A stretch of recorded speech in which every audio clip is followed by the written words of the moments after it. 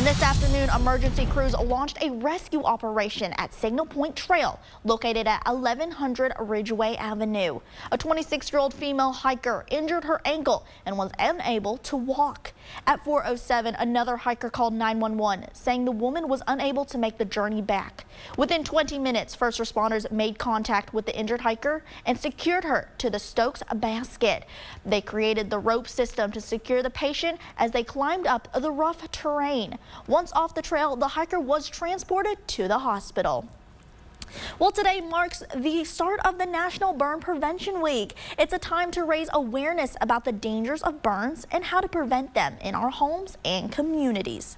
Burn injuries are more common than you think, but they're preventable. First responders say test your smoke alarms, practice your escape plan, check your fire extinguisher. Keep flammable items away from the heat, never leave cooking food unattended, and inspect electrical cords. They say by following these simple safety steps, you can help reduce the risk of burns and fires in your home. Well, the Great Smoky National Park launched a search operation for missing hiker Ann Hutton on Saturday. Hutton volunteered with the Great Smoky Mountains National Park for over 20 years. She was reported missing on February 1st and was found deceased in the park today. The national park describes her passing as a great loss to the community and the park that she loved. Well, moving on to President Trump, that he has signed an executive order that imposes steep new tariffs on goods from Mexico, Canada, and China. Canada responds hours later with tariffs of its own, while Mexico said it was also planning to issue tariffs on the U.S. as well. CBS Chanel Call reports from New York.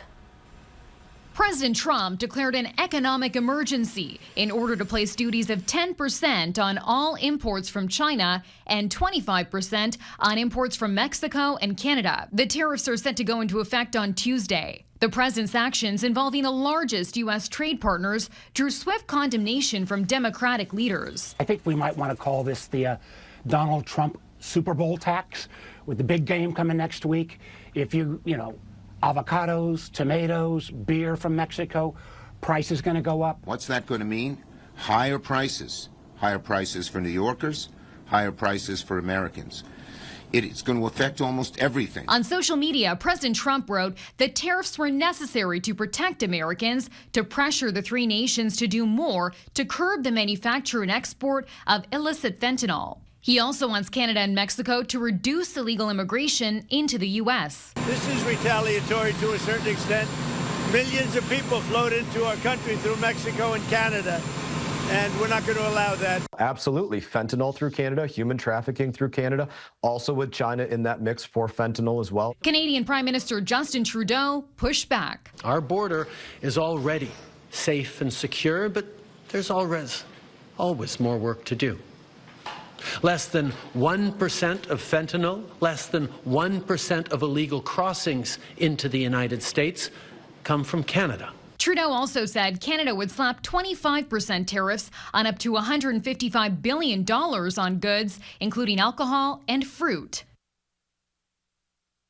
Well, in addition, energy imported to the U.S. from Canada, including oil, natural gas, and electricity, would be taxed at a rate of 10% under the Trump's tariff. Mexico's president ordered tariffs on a range of the U.S. goods.